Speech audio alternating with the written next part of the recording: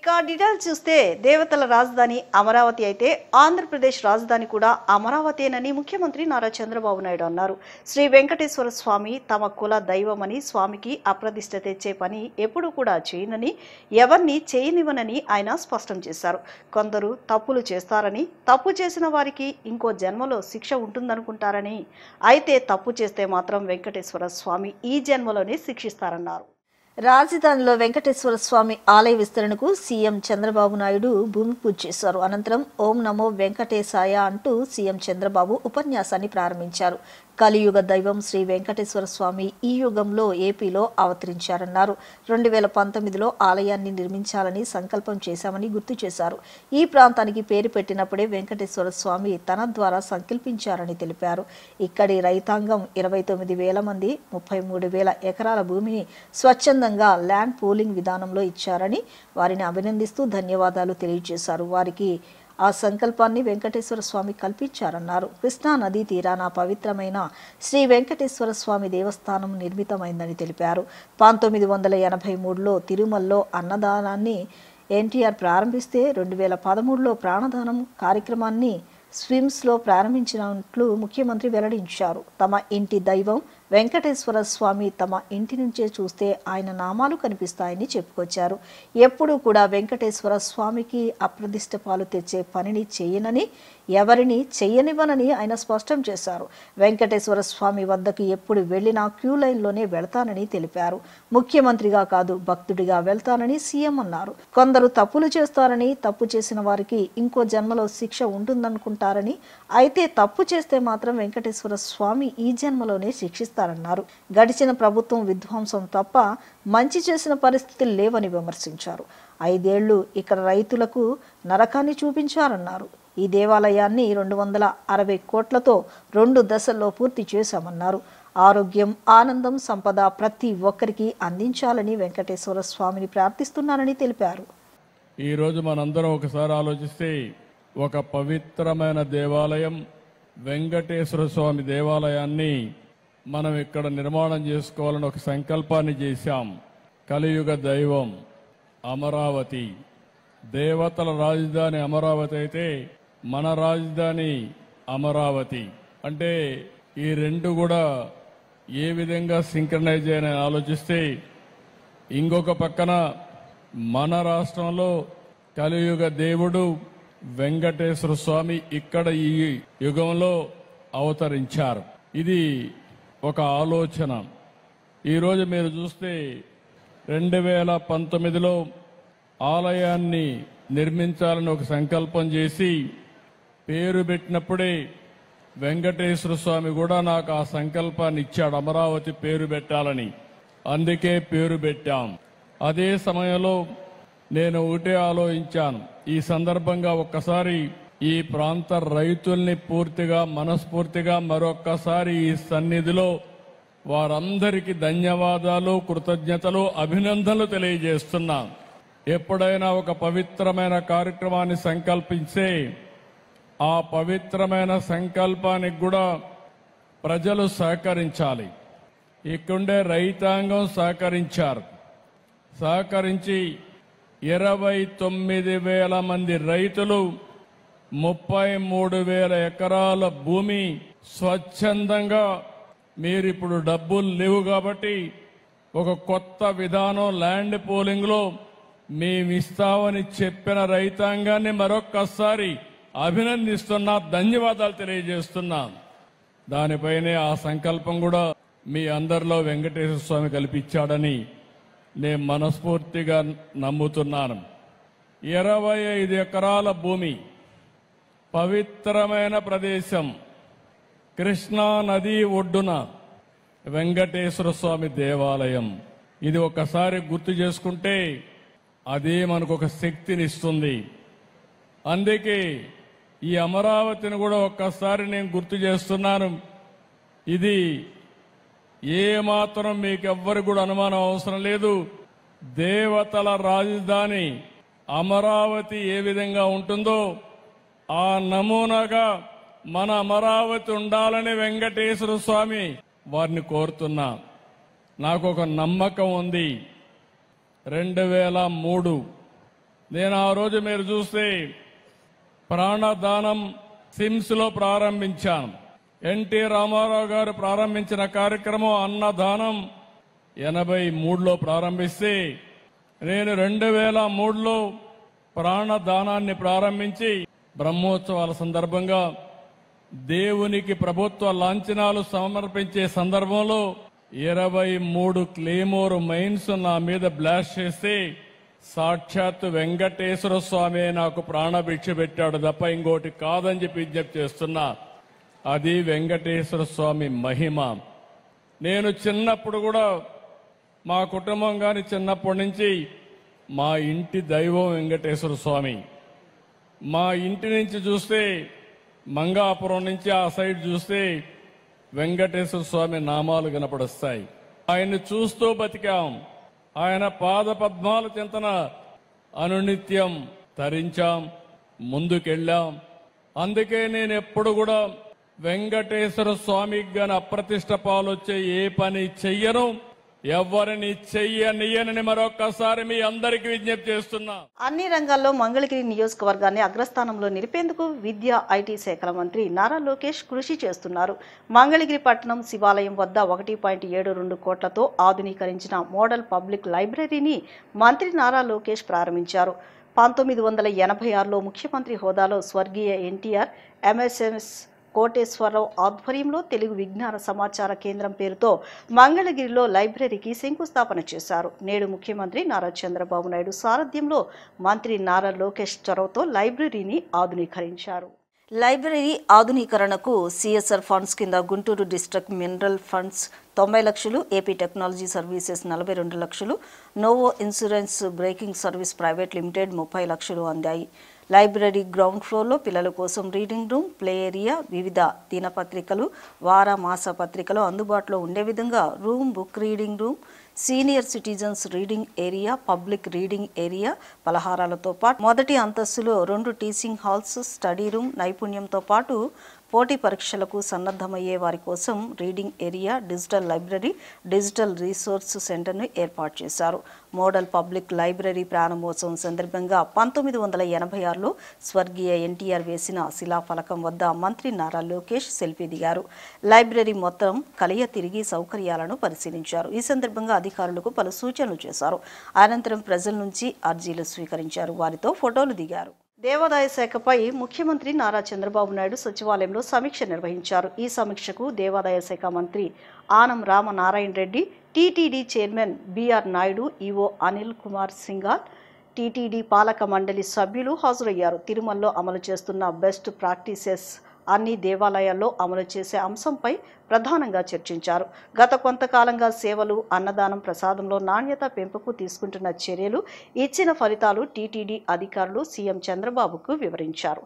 రాష్ట్రంలో అన్ని దేవాలయాల్లో సేవల్లో నాణ్యత పెంపుకు తీసుకోవాల్సిన చర్యలపై చర్చించారు.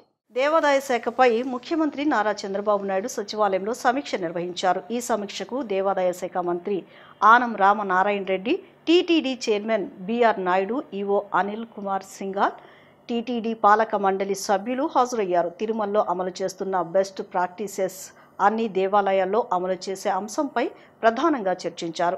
గత కొంతకాలంగా సేవలు, అన్నదానం, ప్రసాదంలో నాణ్యత పెంపుకు తీసుకుంటున్న చర్యలు, ఇచ్చిన ఫలితాలు టీటీడీ అధికారులు సీఎం చంద్రబాబుకు వివరించారు.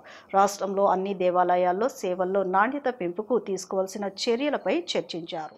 2014-19 మధ్య కాలంలో శరవేగంగా రహదారులు నిర్మించి ఆర్&బి శాఖను అగ్రభాగాన నిలిపితే జగన్ ప్రభుత్వంలో రహదారులను నిర్లక్ష్యం చేసి 20,000 కోట్ల భారం పెట్టి వెళ్లారని ఆర్&బి శాఖ మంత్రి బీసీ జనార్దన్ రెడ్డి ధ్వజమెత్తారు. ఆర్&బి అనేక సమస్యలను ఎదుర్కొంటున్నప్పటికీ కూటమి ప్రభుత్వంలో సీఎం చంద్రబాబు సూచనలతో పారదర్శకంగా పనిచేస్తున్నట్లు పేర్కొన్నారు.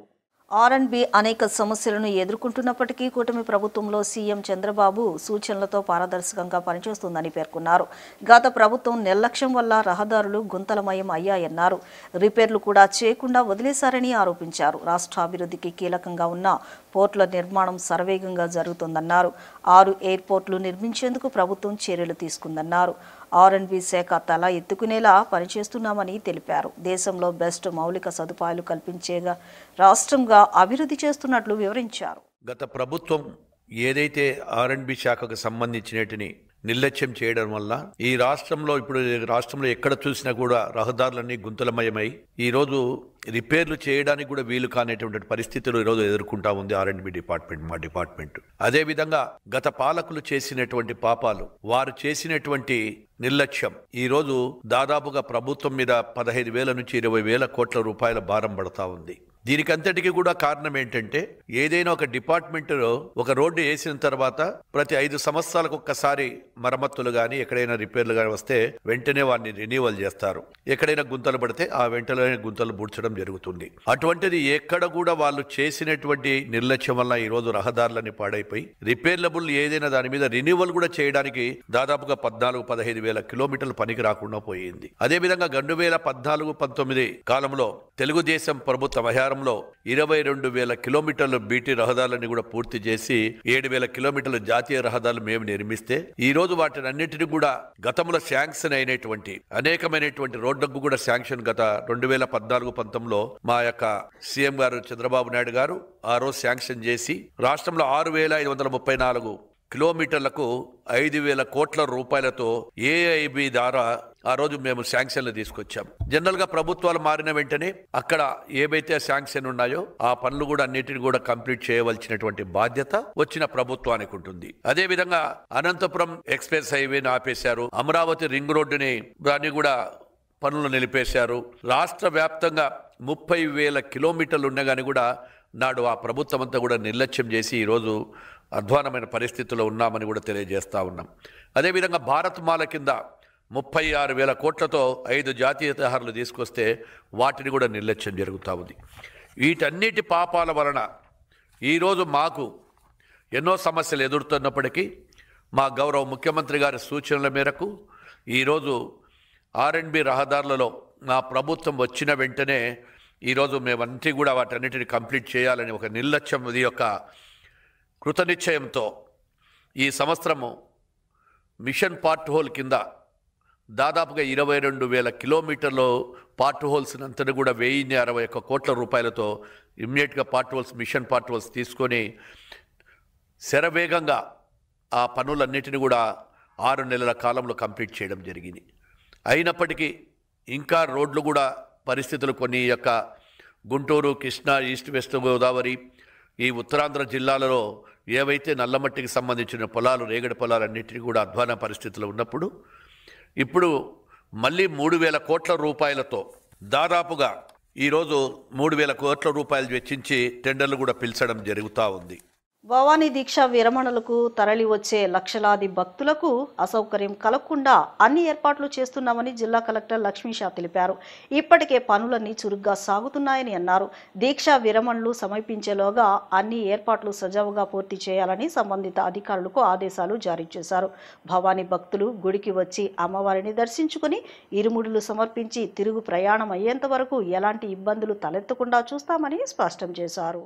ఇంద్రకీలాద్రిపై భవానీ దీక్ష విరమణ కోసం జరుగుతున్న ఏర్పాట్లను పరిశీలించారు. ఎన్టీఆర్ జిల్లా కలెక్టర్ లక్ష్మీషా, నగర పోలీస్ కమిషనర్ రాజశేఖర్ బాబు, ఆలయ ఈవో సీనా నాయక్, ఇంకా వివిధ శాఖల అధికారులు సెంట్రల్ కమాండ్ కంట్రోల్ సెంటర్తో సహా పలు ప్రదేశాలను పర్యవేక్షించారు. ఈ ఏర్పాట్లలో భక్తుల సౌకర్యాలను పరిశీలించారు. భక్తులకు ఎటువంటి అసౌకర్యం కలగకుండా ఏర్పాట్లు చేయడం పట్ల సంతృప్తి వ్యక్తం చేశారు. క్యూ లైన్లు, దర్శన సౌకర్యాలు, అన్నదానం, ప్రసాదాల పంపిణీ కౌంటర్లు, భక్తులు ఇరుముడుల సమర్పించేందుకు జరుగుతున్న ఏర్పాట్లను వారు తనిఖీ చేశారు. ఈ సందర్భంగా వారు మాట్లాడుతూ భవానీ దీక్ష విరమణకు తరలి వచ్చే లక్షలాది మంది భక్తులకు అసౌకర్యం కలగకుండా అన్ని ఏర్పాట్లు చేస్తున్నామని తెలిపారు. ఇప్పటికే పనులన్నీ చురుగ్గా సాగుతున్నాయన్నారు. దీక్ష విరమణలు సమీపించేలోగా అన్ని ఏర్పాట్లు సజావుగా పూర్తి చేయాలని సంబంధిత అధికారులకు ఆదేశాలు జారీ చేశారు. భవానీ భక్తులు గుడికి వచ్చి దర్శించుకుని ఇరుముడులు సమర్పించి తిరుగు ప్రయాణం అయ్యే వరకు ఎలాంటి ఇబ్బందులు తలెత్తకుండా చూస్తామని స్పష్టం చేశారు. భక్తుల భద్రత కూడా ఇబ్బందులు లేకుండా పటిష్టమైన బందోబస్తు ఏర్పాటు చేస్తున్నట్లు వివరించారు. వచ్చే భవానీలు అత్యంత సంతృప్తికరంగా అమ్మవారిని దర్శనం చేసుకొని భవానీ దీక్షను విరమణ చేసుకొని అనంతరం తీసుకొని హ్యాపీగా ఇంటికి వెళ్ళేలాగా అన్ని ఏర్పాట్లు చేయడం జరిగింది. ఎలాగైతే దసరాలో వచ్చే భక్తులకి మంచి అనుభూతి ఇచ్చి ఒక మంచి ఎక్స్పీరియన్స్ పంపించాము, అలాగే ఈసారి కూడా భవానీ విరమణ దీక్షలు కూడా వచ్చే భవానీలకి మంచి అనుభూతి అలాగే మంచి ఎక్స్పీరియన్స్ ఇచ్చి పంపించడానికి అన్ని ఏర్పాట్లు చేశాము. దీంట్లో నాకు ఒకటే రిక్వెస్ట్ ఏంటంటే, ఇప్పుడే సిపి గారు అలాగే అధికారులందరూ మనం మాట్లాడుకున్నాము, గురుస్వాములు ఎవరైతే ఉంటారో మీకు ఒక యాప్ ఇవ్వడం జరుగుతుంది. దయచేసి మీ దగ్గర నుంచి ఎంతమంది భవానీలో దీక్ష తీసుకుంటున్నారు, ఎంతమంది వస్తున్నారు అనేది మనం కొంచెం ముందుగానే ఇన్ఫర్మేషన్ ఆ యాప్లో ఇవ్వగలిగితే ఇక్కడ ఏర్పాట్లు చేయడానికి చాలా అనుకూలంగా ఉంటుంది. వచ్చేవాళ్ళకి ఎక్కడ ఇబ్బంది లేకుండా చూసుకోగలుగుతాం. ఇదే కాకుండా లడ్డు ప్రసాదం కూడా ఆన్లైన్ అలాగే క్యూఆర్ కోడ్ ఆప్షన్ కూడా ఈసారి ఇస్తాము. మీరు ఆన్లైన్లోనే మీ మొబైల్ ద్వారా బుక్ చేసుకోవచ్చు, క్యూ లైన్లో వెళ్తున్నప్పుడు బుక్ చేసుకోవచ్చు. అలాగే వీలైనంత వరకు మొబైల్ పేమెంట్, ఈ పేమెంటు లేదా యూపీఐ పేమెంటు, ఫోన్పేనే వాడండి. క్యాష్ కొంచెం తగ్గించి ఆన్లైన్ కొనుక్కుంటే మీకు ఈజీగా ఇవ్వడానికి మనకు అవకాశం ఉంటుంది. సో క్యాష్ కూడా ఉంటుంది కానీ కొంచెం చిల్లర ఉండదు, అది ఉండదని కొంచెం అక్కడక్కడ ఇబ్బంది అవుతుంది. దయచేసి వచ్చే భవానీలో భక్తాదులు ఆన్లైన్ బుకింగ్ చేసుకుని లడ్డు మీకు ఎంతైనా బుక్ చేసుకోండి. ఆన్లైన్ బుక్ చేసుకుంటే నాకు 2 అడ్వాంటేజెస్. ఒకటి, ఎన్ని లడ్డు కావాలని ముందుగానే మనం తయారు చేసి పెట్టుకోవచ్చు. అట్లాగే ఈ చేంజ్ ఉండదు అని అక్కడ డిలే అయ్యే అవకాశం ఉండదు. కాబట్టి దయచేసి ఈ 2 అందరూ సహకరించాలి. సో దయచేసి వచ్చే భక్తాదులకి, వచ్చే భవానీలకి నా రిక్వెస్ట్ అధికారులు అలాగే అక్కడ పోలీస్ డిపార్ట్మెంట్స్ ఇచ్చే సలహా సూచనలు పాటిస్తూ మీరు అమ్మవారిని అత్యంత సంతృప్తికరంగా చూసుకొని వెళ్ళాలని కోరుకుంటున్నాను. ఈసారి జిల్లా కలెక్టర్ గారు చెప్పినట్టు గురుస్వాముల రిజిస్ట్రేషన్ ఒకటి, తర్వాత లడ్డూస్ గ్రామ సచివాలయాల ద్వారా కూడా లడ్డులు టికెట్లు కొనే అవకాశం ఈసారి కల్పిస్తున్నారు. అదేవిధంగా మొబైల్ యాప్లో కూడా గూగుల్ పేనో ఫోన్పేనో ద్వారా కూడా వారు కొనుక్కోవచ్చు. కొనుక్కున్న తర్వాత ఆ క్యూఆర్ కోడ్ ఏదైతే ఉందో ఆ క్యూఆర్ కోడ్ని జాగ్రత్తగా పెట్టుకొని వేరే వాళ్ళకి ఇవ్వకుండా ఇక్కడికి వస్తే ఇక్కడ మనకు ఈజీగా లడ్లు ఇవ్వడం జరుగుతుంది. ముఖ్యంగా ఎక్కువ లడ్లు కావాలన్నప్పుడు, అంటే 6 కంటే ఎక్కువ లడ్లు కావాలన్నప్పుడు మీరు యాప్లో కానీ కొనుక్కుంటే మీకు ఖచ్చితంగా దొరుకుతుంది. లేదంటే ఇక్కడికి మీరు యాప్లో లేకుండా డైరెక్ట్గా వచ్చారనుకోండి, వస్తే లడ్లు అన్నీ ఎక్కువ దొరకపోవచ్చు, కేవలం 6 దొరికే అవకాశం ఉంటుంది. కాబట్టి దయచేసి భక్తులు దీన్ని గమనించాలి. ఎందుకంటే ఈ మధ్యన మీకు భక్తులు విపరీతంగా వస్తున్నారు. లాస్ట్ టైం మనము 12 లక్షలు 13 లక్షలు అనుకున్న భక్తులు 20 లక్షల దాకా వచ్చారు. భవానీలు కూడా ఎక్కువ సంఖ్యలో ఈసారి మాలాధారణ చేసుకొని ఉన్నారు. అదేవిధంగా అయ్యప్ప స్వాములు కూడా చాలామంది ఈ లాస్ట్ 10-15 డేస్లో చూస్తున్నాము. వారి తాకిడి కూడా ఎక్కువైంది. కాబట్టి మీరందరూ కూడా సహకరించాల్సిందిగా కోరుతున్నాం. ఈసారి ఎక్కువ సౌకర్యాలు, ఎక్కువ వసతి సౌకర్యాలు పెంచుతున్నాము. ఘాట్లో కావచ్చు, అదేవిధంగా కేసు ఖండన శాల కావచ్చు, అదేవిధంగా హోమగుండం కావచ్చు, ఇరుముడి స్టాండ్స్ కావచ్చు, అన్నదానం కావచ్చు, అన్నీ కూడా అంతకు మునుపున్న వసతుల కంటే ఈసారి రెట్టింపు చేస్తున్నాం, డబల్ చేస్తున్నాము. సో కాబట్టి ఎటువంటి ఇబ్బంది లేకుండా మా వైపు నుంచి మేము అన్ని జాగ్రత్తలు తీసుకుంటూ అన్ని సౌకర్యాలు కల్పించడానికి కట్టుబడి ఉన్నాము. భక్తులు కూడా మాతో సహకరించాల్సిందిగా కోరుకుంటున్నాం. అభివృద్ధి సంక్షేమం సమపాళ్లలో అందిస్తున్న ఘనత కూటమి ప్రభుత్వానికే దక్కుతుందని విజయవాడ ఎంపీ కేశినేని శివనాథ్ అన్నారు. పేదలకు వైద్యం అందించేందుకు సీఎంఆర్ఎఫ్ ద్వారా ఏ ప్రభుత్వం చేయనంత సాయాన్ని అందిస్తున్నట్లు చెప్పారు. ఇది ప్రజల ఇబ్బందులు తీర్చే మంచి ప్రభుత్వం అని ఆయన పేర్కొన్నారు. గురునానక్ నగర్లోని విజయవాడ పార్లమెంట్ నియోజకవర్గం టీడీపీ కార్యాలయంలో 50 మంది లబ్ధిదారులకు 30 లక్షల రూపాయల విలువైన సీఎంఆర్ఎఫ్ చెక్కులను ఎంపీ కేశినేని శివనాథ్ అందజేశారు. ఈ సందర్భంగా ఆయన మాట్లాడుతూ అభివృద్ధి సంక్షేమాన్ని సమపాళ్లలో అందిస్తున్న ప్రభుత్వం తమదని అన్నారు. నిరుపేదలకు వైద్య సాయం అందించేందుకు ప్రతి నెల సీఎంఆర్ఎఫ్ చెక్కులను 30 మందికి అందజేస్తున్నామని తెలిపారు. ఈరోజు 50 మంది లబ్ధిదారులకు అందజేశామన్నారు. ఇది మంచి ప్రభుత్వమని, పేదలకు ఏ సమస్య వచ్చినా తీర్చేందుకు ముందుంటామని శివనాథ్ పునరుద్ఘాటించారు. ఈ కార్యక్రమంలో పలువురు టీడీపీ నాయకులు, కార్యకర్తలు, సీఎంఆర్ఎఫ్ లబ్ధిదారులు పాల్గొన్నారు. నమస్కారం. కూటమి ప్రభుత్వం అధికారంలో రాగానే అభివృద్ధి, సంక్షేమం 2 సమపాళ్లలో తీసుకువెళ్తున్న గౌరవ ముఖ్యమంత్రి నారా చంద్రబాబు నాయుడు గారు సంక్షేమంలో భాగంగా మేనిఫెస్టోలో చెప్పని ఎన్నో కార్యక్రమాలు వాళ్ళ కూటమి ప్రభుత్వం చేస్తుంది. దానిలో భాగంగానే సీఎం రిలీఫ్ ఫండ్ నిజంగా చూస్తే రాష్ట్రం మొత్తం మీద ఎవరైతే వైద్య సహాయం కావాలో వైద్య సహాయం చేసుకున్న వాళ్ళకి ఆర్థిక సహాయం అందే విధంగా గౌరవ ముఖ్యమంత్రి నారా చంద్రబాబు నాయుడు గారు నేనే సుమారు వాళ్ళే 35 మందికి ఇస్తున్నాను. ఎవ్రీ నెల ఎవరెవరికి వైద్య సహాయం అందాలో సీఎం రిలీఫ్ ఫండ్ ద్వారా దేశంలో ఎక్కడా లేని విధంగా వారి అవసరాలను తీరుస్తున్నారు. ఇటువంటి ఎన్నో పథకాలు, మేనిఫెస్టో లేని పథకాలు కూడా ఆయన అమలు చేస్తూ ఈ రాష్ట్రంలో ఉన్న ప్రతి ఒక్క పౌరుడు కూడా ఆనందంగా ఉండాలని కోరుకుంటున్నారు. తప్పకుండా మంచి ప్రభుత్వం, ఈ మంచి ప్రభుత్వంలో ఇటువంటి కార్యక్రమాలు ఎన్నో జరుగుతా రాష్ట్ర ప్రజలకు ఎక్కడ ఇబ్బంది ఉన్నా కూడా కూటమి నాయకత్వమే కాదు, కార్యకర్తలు అందరం కూడా ప్రజల ఇబ్బందులు ఎక్కడైతే ఉన్నాయో వారి దగ్గరికి వెళ్ళి వారు తీర్చే విధంగా కృషి చేస్తామని తెలియజేసుకుంటూ అందరికీ ధన్యవాదాలు. Thank you. గత 5 ఏళ్ల వ్యవసాయాన్ని నిర్వీర్యం చేసి ఇప్పుడు పులివెందుల్లో పత్తిత్తు కబుర్లు చెబుతూ అబద్ధాలతో నానా యాగి చేస్తున్నాడని రాష్ట్ర వ్యవసాయ mission vice chairman Marreddy Srinivas Reddy ఆగ్రహం వ్యక్తం చేశారు. మాజీ సీఎం జగన్ చంద్రబాబు నాయుడుపై అవాకులు చవాకులు మాట్లాడడం సిగ్గుచేటన్నారు. ప్రజలకు మేలు చేస్తున్న ప్రభుత్వాన్ని ఏమీ చేయడం లేదని నమ్మించేందుకు ఆయన చేసిన ప్రయత్నం అసత్యాల పునాదిపై నిలబడిందన్నారు. 2009లో వైఎస్ రాజశేఖర రెడ్డి మరణం తరువాత అధికారం కోసం పాదయాత్ర చేసి అనేక వాగ్దానాలు చేసి మోసం చేసిన జగన్ రెడ్డి ఇప్పుడు 5 ఏళ్లు ముఖ్యమంత్రిగా ఉండి కూడా మళ్లీ అదే అబద్ధాలతో రైతులను మభ్యపెట్టాలని చూస్తున్నారని ఆరోపించారు. ముఖ్యమంత్రిగా పరిపాలన చేసిన తరువాత కూడా మళ్లీ అవే పాత మాటలు వల్లెవేయడం ప్రజలను తక్కువగా అంచనా వేయటమేనని అన్నారు. నిన్నటి దినాన మాజీ ముఖ్యమంత్రి శ్రీ వైఎస్ జగన్మోహన్ రెడ్డి గారు భవిష్యత్తులో తను పరిమితం కావాల్సినటువంటి ప్రాంతానికి వెళ్లి పులివెందుల్లో పర్యటన పెట్టి అరటి తోటల సందర్శన పేరుతోటి కూటమి ప్రభుత్వం పైన రాష్ట్ర ముఖ్యమంత్రి వర్యులు మాన్య శ్రీ నారా చంద్రబాబు నాయుడు గారి పైన ఉన్నవి లేనివి అవాకులు చవాకులు రైతుల్ని రెచ్చగొట్టే విధంగా చేస్తున్నటువంటి ప్రభుత్వాన్ని ఏమీ చెయ్యటం లేదు అని నమ్మించేటువంటి దిశగా చాలా ప్రయత్నం చేశారు. జగన్మోహన్ రెడ్డి గారు వాస్తవానికి ఏంటంటే 2009లో వారి తండ్రి గారు ఆనాటి కాంగ్రెస్ ముఖ్యమంత్రి గౌరవనీయులు కీర్తిశేషులు రాజశేఖర రెడ్డి గారు మరణించిన తర్వాత అధికార దాహంతో పార్టీలో ఉండి కొన్నాళ్ళు, పార్టీ బయటకు వచ్చి కొన్నాళ్ళు, తర్వాత కొత్త పార్టీ పెట్టుకుని కొన్నాళ్ళు, పాదయాత్రలు చేసి అనేక కార్యక్రమాలు చేసి ప్రజల్ని నిత్యం కూడా టచ్లో ఉండేటువంటి ఆలోచన చేశారు. తనేమిటో ప్రజలకు తెలియనప్పుడు అప్పటి వరకు తను ఎక్కడా పరిపాలన చేసి కానీ పోరాటం చేసి కానీ ప్రజలతో సంబంధం లేకుండా ఆ కడప పరిసర ప్రాంతాల్లో వారికి ఉన్నటువంటి పట్టు ద్వారా ఎంపీ మాత్రమే కాగలిగినటువంటి వ్యక్తి కాబట్టి తను ఏంటో తెలియనప్పుడు ప్రజల్ని అనేక రకాలైనటువంటి వాగ్దానాలు చేసి అనేక రకాలైనటువంటి విషయాలు వారి దృష్టికి తీసుకొని వచ్చి మోసం చేసేటువంటి అవకాశాన్ని పొందారు.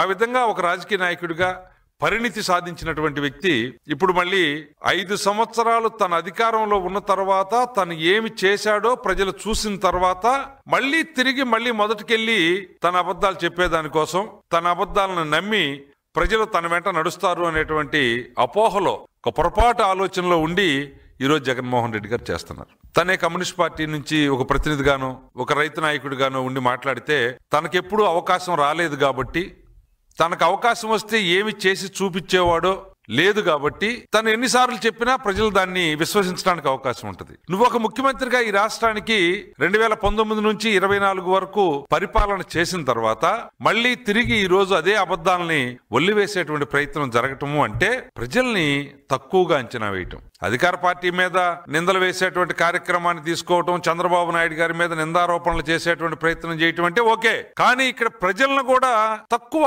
అంచనా లేదా తక్కువ తెలివితేటలు కలిగినటువంటి వారిగా, తక్కువ జ్ఞాపక శక్తి కలిగినటువంటి వారిగా చూపించేటువంటి ప్రయత్నం చేస్తా ఉన్నారు. ఏం చెప్తున్నారు వారు? ఆయన రైతులకి చాలా గొప్ప అండగా ఉండి రైతులకి ఎంతో మేలు చేశాడు, ఈనాటి ప్రభుత్వం రైతులను పట్టించుకోవటం లేదు. టోటల్ గా ఆయన చెప్పదలుచుకున్నటువంటి సారాంశం అది.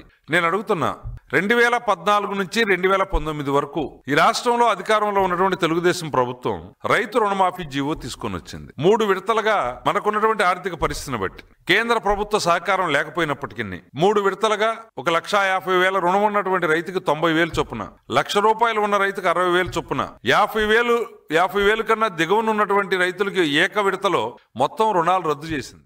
ఇప్పుడు చిన్న విరామం తీసుకుందాం.